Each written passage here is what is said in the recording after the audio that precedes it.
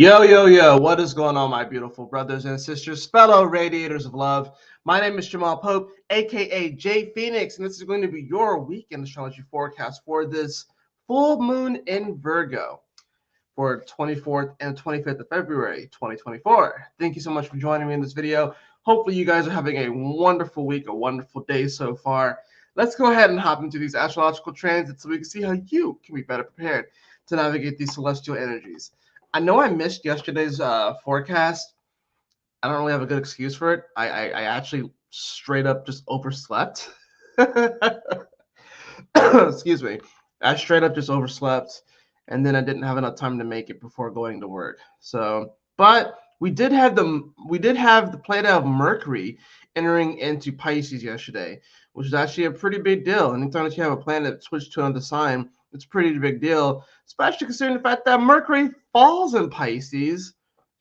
Of course, today we have the full moon in Virgo. In fact, by the time that you guys watch this, the full moon would have already apexed, but we're still going to be in that full moon energy. And then, of course, we do have Venus is going to square Jupiter today as well. The other thing is that we do have the Chiron North Node conjunction that finally ends on Sunday, meaning that they're going to be at different degrees. They're still going to be, you're still going to feel it. You're still going to feel it. They're still going to be close to each other.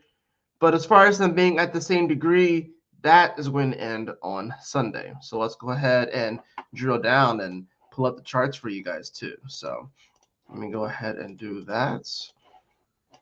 Let me set myself up here. So yes, as of the current moment, 9:13 a.m. Eastern Standard Time, we do see the moon here at 6 degrees, the sun at 5 degrees. So yes, the full moon happened at 5 degrees of Virgo. Like I said, this happened early in the morning, Saturday. So for you West Coasters, this happened probably, like I said, this happened like what, like 6, 5, 4. This happened like what, like 4, 3 to 4 at night. So some of y'all might have been awake if you guys were like out partying, stuff like that last night. But this full moon, of course, happening here in Virgo, here at 5 degrees of Virgo. Now, of course, anytime that you get a full moon, of course, energies are a little bit more intense, a little bit more exaggerated, if you will. A lot of times, like I said, this is sort of like the result of the new moon in Virgo that we had, 6 months ago. Everything kind of just built up to this point, right? So, this is really more so the revelation, if you will, of these energies, a revelation of seeds that you have planted 6 months ago, if you will. And I know some astrologers, they go off of like, the full moon energy gets cut off with every subsequent full moon. And yeah, I mean, I could see that, but I do like to go back to the previous new moon that was in that particular sign, because that's where I really see that cycle. So you have like these month-long cycles, but then you have like these 6-month cycles as well. So there's cycles within cycles. I like to look at the 6-month cycle just because I felt like coming off of like the new, I think you have those energies building up from the new moon that we had in Virgo last year, right? So, and of course, if we want, we can go ahead and just take a look at that as well, just to see what in the world was going on. So that was, let's see. Let's go back a little bit. So that new moon that occurred last year in September, this looks like it was like a 22-degree new moon that occurred. Mercury was at 8 degrees of Virgo, so it was pretty close to the degree that that new moon happened at. Of course, Saturn was retrograde, and we were in retrograde city. And we had Pluto retrograde, Neptune, Saturn, Chiron, Jupiter, Uranus, Mercury. We had all these retrograde planets and stuff. So that was back when Venus was still in Leo as well. Mars was in Libra. So definitely seemingly a whole world away, a whole different kind of reality. But you can say that this full moon that we're having right now is in many ways the culmination of that particular new moon, right? So And of course, Virgo, it's all about the day-to-day reality. It's about our work. It's about our service to people. It rules pets. It rules your health. So a lot of these things are going to be, or a lot of these things are coming up right now, if you will, with this full moon. Now, of course, we do have at the same time a Venus that's going to be in square to Jupiter, which is going to add definitely another level of spice, considering the fact that Venus, it doesn't dislike Aquarius, but it'd much rather be where Jupiter is in Taurus because that's where its home is. It's a traditional ruler of Taurus, so it'd much rather be there. So we do have this squaring energy where, you know, this really is coming down to like what kind of connections do we value? Aquarius is all about the people. It's all about, in many ways, it's about your vibe attracts your tribe.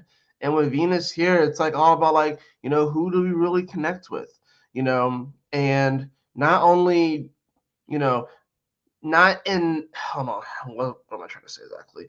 I'm trying to say essentially that like the people that we can connect with in person, we don't necessarily need an internet. While Aquarius does rule the internet, we still have to go to the internet, the original internet, which is within all of us, right? The original one.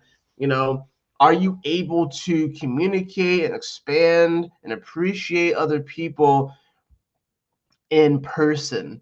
What I'm saying? I think that's the difficult part about this square here is, you know, actually being present with people when you are in the presence of people. What I'm saying? Instead of just being on our phones all the time and doing these sort of things and being caught up in the digital world, can we actually be present with people as well? And I think that's the whole part of this whole weekend really is, remembering presence. We had, of course, those major internet cell phone outages that happened a couple of days ago and stuff, and people were freaking out, and people had to rely on it. Kind of brings up the question, just like how COVID brought up a lot of questions and it brought a lot of people face to face with certain realities. you know, that's another reality. That's why I talked to my wife about it. It was like we needed a contingency plan just in case some solar flares knock out all the cell service for like several days. We're unable to communicate with each other. If we're not with each other, we need to have contingency plans on how we're going to meet up. And we came up with one pretty like right there on the spot. Those are the kind of conversations that need to be had because you just simply never know. And honestly, considering the astrology, considering all the solar flare activity that we're having anyways, I mean, what's going to happen? People need to have contingency plans. It's not some sort of conspiracy. It's not some sort of like being like overly prepared. No, these are like legitimate like questions and concerns and conversations that people need to have. What would you do? How would you be able to contact your loved ones if cell service went down for like a week and you weren't near them? How would you get with them? How would you be able to get in contact with them? How would you be able to meet up with them? Do you have plans for this kind of shit? You know what I'm saying? Like, how would you be able to navigate? Do you know how to use MapQuest? You know what I'm saying? Do you know how to use like an actual map? You know what I'm saying? Or are you just going to rely on GPS? See, these are the things that we have to think about, you know? And I feel like this over reliance on technology, I do feel like this full moon in Virgo with the Venus that's in square in Jupiter is going to bring those kind of things up. Whether or not we can actually rely on our human instincts. What I'm saying? Some people have outsourced their instinctual nature, human instincts, and being able to rely on themselves. They've outsourced it to technology. And I think we all have to a certain degree because technology is meant to make our lives easier. But we still have to be able to navigate this world and navigate situations if said technology goes down for a period of time or an extended period of time. What happens then? You know what I'm saying? So that's the interesting thing about this kind of energy. Venus and Aquarius, what kind of people are you truly connected with? And not just in a technological sense, but you can actually like spend time with someone and actually talk to somebody. I know that's scary for some of y'all to actually sit down and actually have a conversation with somebody. But that's just kind of where we are. But there are a lot of people that can't even do that. A lot of people only talk to people through the internet or through social media or whatever, and they can't actually like sit down and actually like talk to people and meet people because it's scary, or maybe they have social anxiety and different things like that. I remember this Mars and Venus are still with each other pretty close. They're still within a degree of each other. So their influences, they're like I said, they're right there. They're still pretty close. So, and it's interesting too. If you look at the chart, we have several planets that are pretty close to each other. The Chiron and North Node, they're within a degree of each other. We have Mars and Venus, they're pretty close with each other. And even asteroid wise, you have Black Moon, Lilith, and Juno that are right next to each other as well. So we have these different pockets of our consciousness that are kind of like traveling with each other very, very close. And we're having to learn how to kind of navigate these energies, navigate the Aquarius energy with these Venus and Mars, you know, aspects, if you will, and relating to people and what actions do we take and how do we, treat each other and stuff. Or the Chiron North Node aspect, where it's like, do we have the courage to really express ourselves in a raw, true, and authentic way, but without overly identifying with our hurts, our traumas, our woundings? Can we take those things and see them as superpowers to propel us forward, and not propel us forward in a way where we're just trying to get, victim points, and then of course you have Black Moon, Lilith, and Juno. Minor, of course, these are asteroids, so they don't really have that big of an influence, or kind of like the sprinkles on top. But this has to do with the fears of our day-to-day reality. And then Juno here is about commitment, right? A lot of people like to think that Juno is really about, marriage, and it kind of is, but I like to see it more as a commitment kind of deal. You know, Juno was incredibly committed to her husband, despite the fact that her husband was a fucking horn dog. But Juno was still very much so committed. Now Juno, of course, here is retrograde on Black Moon Lilith in Virgo, like in the middle of Virgo at 15 degrees, right?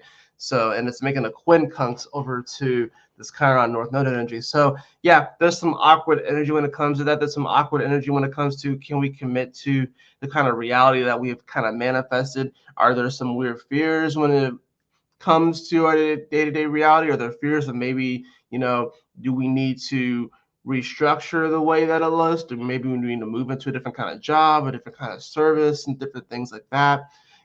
So there's a lot of different aspects of our consciousness that are kind of getting pulled in different directions. Even though a lot of the planets, of course, are in Aquarius, Pisces, Aries, and Taurus. Most of the planets are over on this side. So we kind of are being pulled in many ways between a lot of this, the last signs of the zodiac, the Aquarius and Pisces energy, and then of course the Taurus and the Aries energy, this very youthful energy. We're kind of getting pulled in those two different directions. So it does kind of feel like we kind of have one foot in one world and one foot in another world.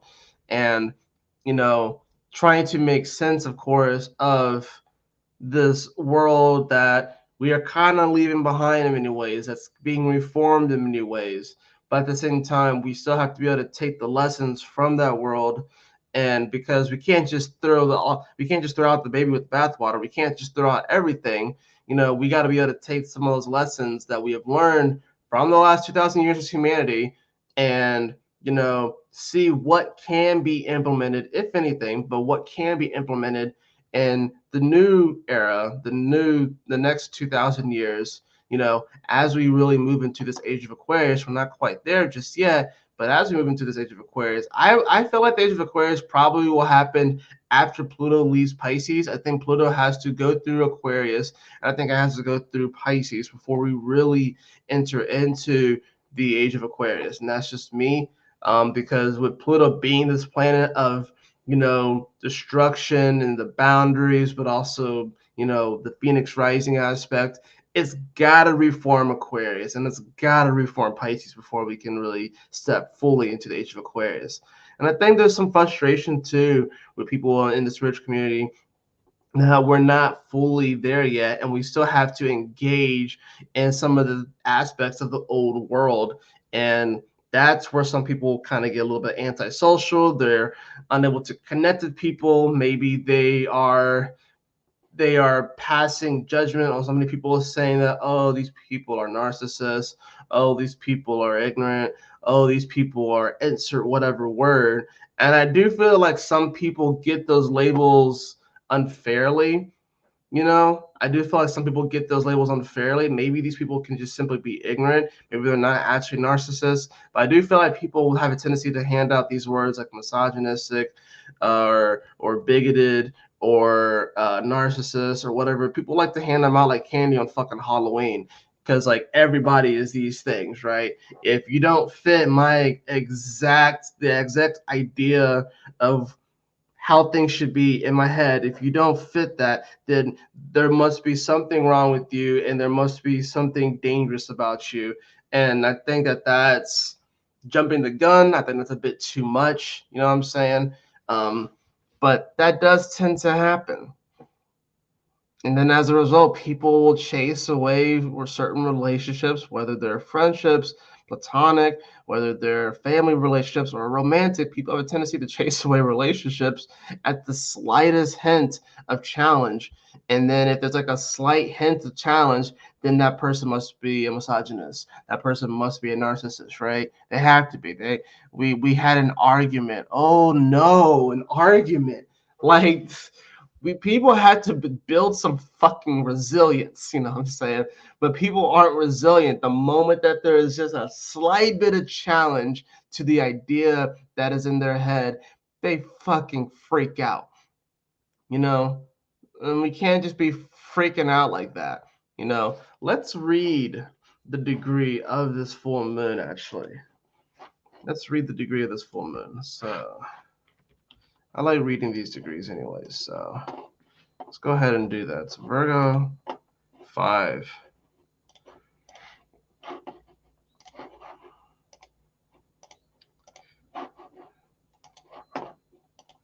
All right. A merry-go-round, of course. This symbol shows situations that keep returning to the same place without ever seeming to progress, like you're on a merry-go-round. Just when you think you see a way out or off, you find yourself back where you were. However, you are at least in some way progressing, as each time you return, you have the opportunity of looking around you and realizing and learning more about life and other possibilities. You must make a decision. Do you want to keep going around and around, or are you prepared to take a leap of faith and jump off the merry-go-round and start making some real progress? Ever repeating cycles of activity, motion sickness, habits hard to break, getting on and then wanting off, getting off and then wanting back on, carnivals, lights, noise, music, repeating the same mistakes, bouncing from one thing to another and not progressing or getting anywhere, addictive behavior. Returning to the same point, that does kind of feel reminiscent of what this energy is. Kind of going around and around in circles, kind of feeling we're just repeating the same cycles, if you will. And yes, there are opportunities for lucidity here, as far as like you realizing the situation, realizing that you're kind of going around in circles, and actually devising a plan to get off the merry-go-round, to not just be stuck in the same thing. You know what I mean? So if you're kind of feeling like you're going around and around in circles, and maybe you're making slight changes but nothing that's like real progress, just I think this is about taking the leap of faith. You know what I'm saying? This is about taking that leap of faith and trusting yourself, trusting your gut, and actually getting off the merry-go-round. Yeah, you're probably gonna be a little bit dizzy at the start, when you get off, because now you're not going around in circles, and the momentum of going around and around in circles might cause a little bit of dizziness. You might cause a little bit of vertigo. You know what I'm saying? But you'll adjust and you'll be able to move forward. I think some of us have almost clung, and I think all of us to a certain degree, but I think we have clung to the comfort of the merry-go-round. Like, we've gotten used to it, but it is time to kind of hop off. It is time to move into a new reality, a new era, and to actually, you know, make some real progress. You know what I'm saying? So yeah, I really do feel like this full moon, which, like I said, it is the culmination of the new moon that happened in Virgo, and that happened with a ton of planets retrograde. So it probably felt like we couldn't really move a lot of energy forward because the energy was not moving forward. You know what I'm saying? So I think, try not to be too hard on yourself through all this.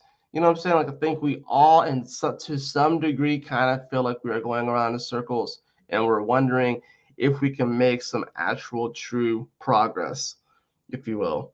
It's kind of like, this is a very like niche kind of example because some of you guys probably wouldn't even know what I'm talking about. But there's this particular anime that I watched when I was younger called The Melancholy of Haruhi Suzumiya. And the second season of this anime features something called the Endless Summer Arc, which essentially was like 7 to 8 episodes of the same thing from slightly different perspectives, but the same event kept happening. And it's called the Endless Summer Arc because it's literally just the same episode, just told from slightly different perspectives. And eventually they broke out of this rut, if you will. They broke out of just kind of going around in circles and playing the same thing. They eventually broke out of it and were able to finally progress. But it kind of feels that way. Maybe it kind of feels like you're playing the same episode in life. Like if your life was like a TV show and it kind of feels like you're playing like the same episode over and over and over and over and over again, you know, but with each subsequent episode, you become a little bit more aware, a little bit more lucid, a little bit more conscious. But then when you wake up, you're back in the same episode still. That's kind of how we feel like. But we have to be able to just sort of like break through. And I think in many ways, what can help us break through is that North Node Chiron. I think that's one of the areas of the leap of faith. I think another one of the areas could be this Venus Mars are still traveling with each other in Aquarius, and they're getting ready to square over to Jupiter. That's going to provide a bit of a challenge, but also an opportunity for us to kind of break through, for us to kind of see the other side of these things. You know what I'm saying? Um, I do think it can be a very powerful, positive weekend for kind of recognizing patterns that may be holding ourselves back and to finally just take that leap of faith and actually do something. You know what I'm saying? But yeah, I'm going to bring the chart just back up just briefly, just so I can show you guys Sunday, if you will. So yeah, going into Sunday, of course, we're going to see Chiron finally move off of that 16th degree. It will move to 17 degrees. So thus ending the exact conjunction of Chiron at the North Node. And this could be the opportunity for us to really open up that new door and really start to move forward in a powerful, positive way. We will see, of course, this moon over the weekend. It will oppose Saturn. It will oppose Neptune as well. So we are going to see those energies. Now, of course, the opposition of Neptune is going to be pretty like closer to the latter half of the day, if not going into Monday. Of course, we will see the moon also make a nice little trine over to Uranus. So we do have some harmonious energy. I feel like this is going to be a weekend where the energy may feel just slightly muted, even though it is a full moon. It's a full moon in Virgo. So a lot of people are going to be really in their head. A lot of people are going to be a little bit more critical of themselves, critical of where they may be right now in life. But try not to be overly critical right now. Try not to overly criticize your position right now. Now, of course, like I said, with that Mercury in Pisces, it is going to bring about an interesting element, and Mercury is moving very, very fast. By the time that we get to Sunday evening, it's already going to be at 5 degrees. So Mercury is moving very, very fast, and we're getting ready for the major conjunction of Mercury, Sun, Saturn that's going to be happening in Pisces next week. So, we have some building energy, of course, coming off of this full moon in Virgo. There's an element, like I said, where a lot of us are going to be kind of looking at our life a little bit more like in a critical lens, seeing where we may be having some repeating patterns and wondering if we're ever going to be able to get off of this fucking merry-go-round.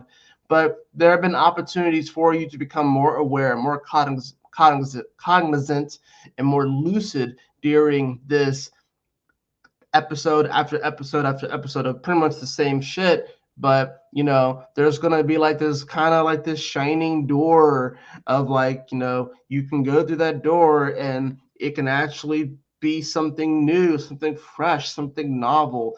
Maybe there's some fears around that. Maybe there's some weird ideas, or people's like, oh no, you don't want to open up that door because that door is going to lead to this.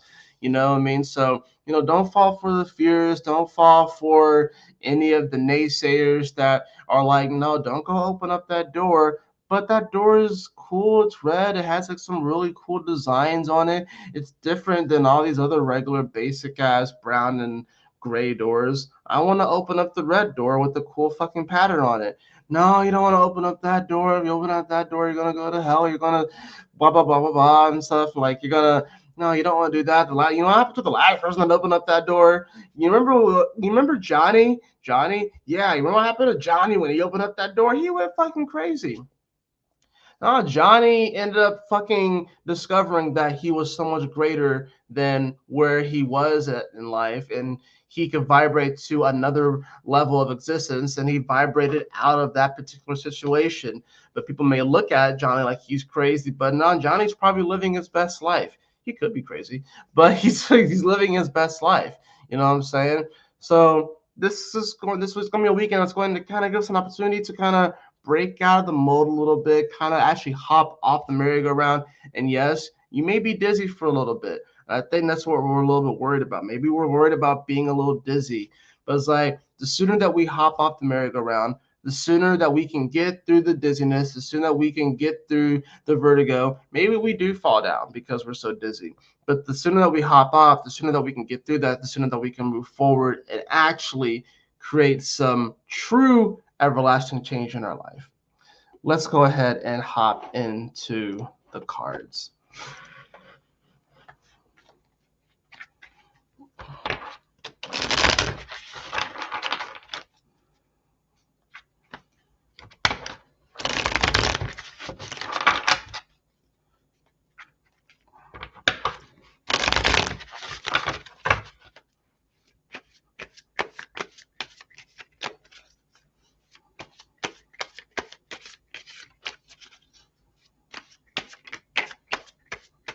Oh, that card just kind of came out pretty nicely. So we're definitely going to pull that card. And it is the Ace of Wands. I have the Ace of Wands. It is in reverse, mind you. The Ace of Wands in reverse. I have that followed by the Hermit card. Of course, we get the card of Virgo. We get the card of Virgo for a full moon in Virgo with the Ace of Wands in reverse. Yeah, I think really what this comes down to is that, we have to kind of go within. This is like an internal journey that we're going on this weekend, and we can't listen too much to other people, even though we do have the Venus and the Mars and Aquarius, and there's an aspect where the universe does want us to really connect with people, but to connect with people in a one-on-one setting and not just through digital, like the digital airways and the ones and the zeros. This Ace of Wands, of course, in reverse. Maybe we feel like our wand is not working. We're trying to cast like a spell, if you will. We're trying to manifest something in our life or wondering why this wand isn't working. We have to make sure, is this wand compatible with us? Are we using someone else's wand? You know what I'm saying? Or are we setting the right intentions? That could be the other part of this. Bottom of the deck, I do have the World card. So, like I said, I feel like we are all wanting the world to kind of open up in a very beautiful way. We're wanting to explore more. We're wanting to expand more. And I think, what's going to come down to is that we can't get just solely frustrated that, this Ace of Wands, whatever spell that we're trying to cast, whatever we're trying to manifest, yeah, it may not be going exactly the way that we have things like this image in our head. You know what I mean? It may not be going exactly the way that we want it to go. And that can definitely cause some frustration. That's when I think it's important to kind of go within, and not be afraid to grab that lantern and to explore different aspects of our consciousness that we may not have visited for a while, and maybe it's dark, but we have to be able to grab that lantern and have the faith and walk through those areas and uncover, the secrets that are kind of hidden in the shadows of different aspects of our consciousness that we just don't really explore that often. So we have to be able to have, like I said, the courage to go to those areas. I'm gonna cut the deck just because I do have the Seven of Wands here as well. I do have the Seven of Wands here as well. So yeah, maybe we're wondering that, like, if we actually do venture into these parts, that we're going to be going to battle with some part of ourselves. And I think, whatever it is, whatever aspect of ourselves that we, uncover in the darker spots of our consciousness that we don't explore, they're probably just startled. It was like, oh shit, you actually are here. So, like, this can give us an opportunity, I think, to kind of, meditate, maybe reconnect with a lost aspect of ourselves. And, they're probably going to get startled. You know what I'm saying? So it's just like sometimes when I'm walking around and I make like some sort of like random motion that freaks out my cat. He may jump, he may hiss, but I'm not taking it personally because I probably just startled him. So I think, as we are expanding our consciousness, as we are doing the shadow work, if you will, and, reclaiming lost aspects of ourselves, if there is a trigger there, if you will, and that aspect of yourself kind of flinches, maybe they even hiss at you, don't take offense to that. You haven't visited them in a while. And then maybe they feel neglected. You know what I'm saying? So this is going to come down to whether or not we can kind of hold and caress that aspect of ourselves that maybe have felt neglected, and to kind of reassure ourselves that things are going to be okay. Reassure ourselves that just because things haven't gone exactly the way that we thought, that doesn't mean that we can't move forward, we can't progress, that we can't have the beautiful things in our life that we want to have, and also see the beautiful things that we already have in our life. Maybe we have a bit of a blind spot. Maybe reclaiming this lost aspect of ourselves is going to actually help us with a certain blind spot in life, and then we realize that we're good, we're Gucci. You know what I'm saying? So yeah, I'm really getting the image of like in a meditation of someone kind of visiting a room that they haven't visited in a while, and then there's like this version of themselves that just kind of like does this and is a little worried and maybe even hisses, and then it's like, are you going to take offense to that hiss, or are you going to be like, I'm here, it's okay, I'm you, you are me, and stuff like that, and just reassure yourself and reclaim that version of yourself and like absorb it back into yourself. And that's a lot. I mean, that's a lot of this is the Chiron North Node thing, reabsorbing that aspect back into yourself, reclaiming that aspect of yourself, and then you're more true to who you are. You're more authentic. You can act more in a positive way from that aspect, and you don't have to just continue to neglect that certain aspect of yourself, neglect that certain gift, if you will. Yeah, I think it's could be a great weekend for healing for sure. That is going to do it for your full moon in Virgo astrology forecast for this weekend, February 24th and 25th. Remember, these readings are general readings for the public, so if it resonates, cool. If it doesn't, it is what it is. You know what I'm saying? You can always book a reading with me so you can see how these energies are affecting you personally, right? So, but I like to just put out that disclaimer that these are general readings for the public and stuff too. So if you want to get more specific to how these energies are affecting you personally, I encourage you to book a reading with me. The link is in the description below to my website. But if you did enjoy this video, please like, share, and subscribe. I definitely appreciate it. And yeah, let's have a great weekend. Sorry I missed Friday's forecast, but like I said, I just kind of overslept a little bit, you know what I mean? And it happens, I'm not gonna lie. Yesterday I was a little bit lethargic. I had like this weird apathetic bout of depression that happened to me yesterday, and so it happens, And I was like more like in the later part of the day, like early. That was more like mid afternoon to like early evening. I was just sort of like, ugh, but it happens, you know what I'm saying? So I think I'm just kind of feeling this energy. Virgo for me is my 10th house. So yeah, the full moon is happening in my 9th house, but my midheaven is here in Virgo, 10th house. So, but in any event, y'all take care, stay blessed, have a wonderful weekend. I'll see you all on the next astrology forecast. Peace.